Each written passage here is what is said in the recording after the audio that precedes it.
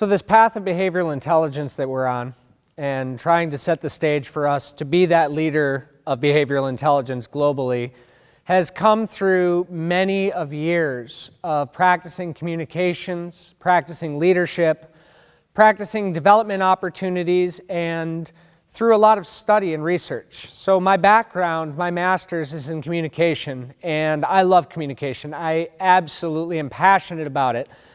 But at some point in time while I was studying that, I realized that it wasn't enough, that it did not explain all of the different things that I was seeing. So I started to get into psychology. I started to look into neuroscience. My team started testing all different elements of sociological concepts to try to figure out what gives us the answer. How do we know if our emotions are affecting the outside world or affecting us? How do we know that a marketing message is going to be effective? How do we know, how can we predict these things? And these words kept coming out. How do we explain why this worked, but this strategy did not work? They felt so similar. How can we predict in the future whether or not our message is going to get to the intended audience? Whether they're going to hear that message the right way, whether they're going to adapt to that message. Is it going to influence them? And influence, being a major part of everything that we do, from marketing to talent development, we need to know, how are we best positioning ourselves to be able to have a positive effect on our audiences? A positive effect meaning, how can we empower our audience? How can we influence them to change a behavior? And there comes a key word. We started to look at this and say, I can't see your emotions. Emotional intelligence is understanding that emotions have an effect, self-awareness, social awareness, but I can't see what's going on inside of you. I could ask you, hey, how's it going? And you could give me a look and say, it's going great. I would know that something's wrong, but how would I get there? By observing. By being aware that your body mechanics didn't match up with your verbal message. I can't see your emotion, but your behaviors are the symptoms of your emotions. They're what manifest. They're what give us a clue.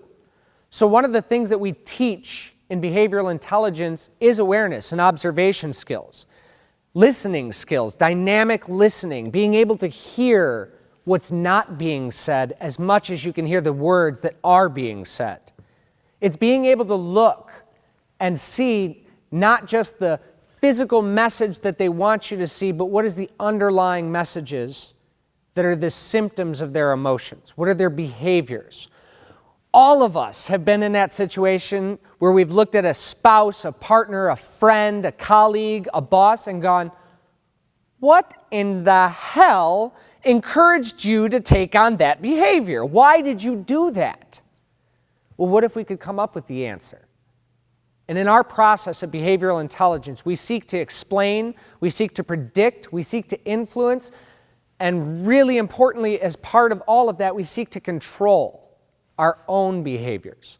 We want to be able to posit our own positive behaviors towards an end.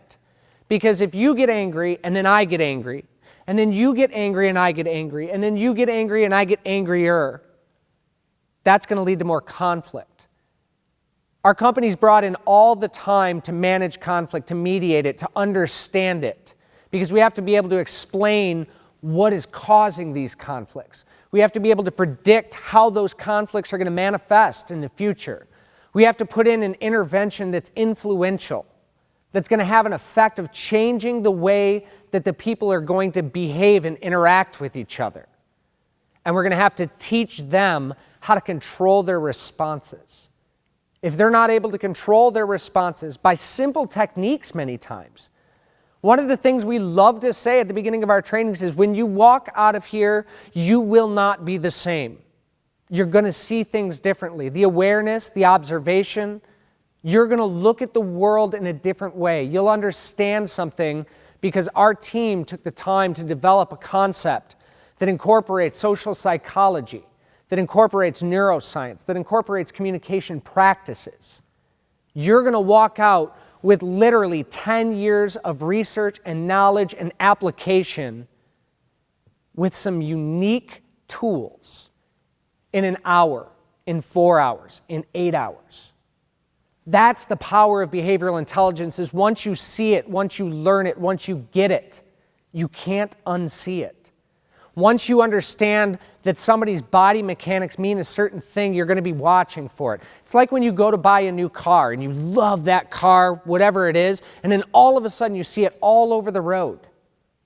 We unlock that potential in human beings.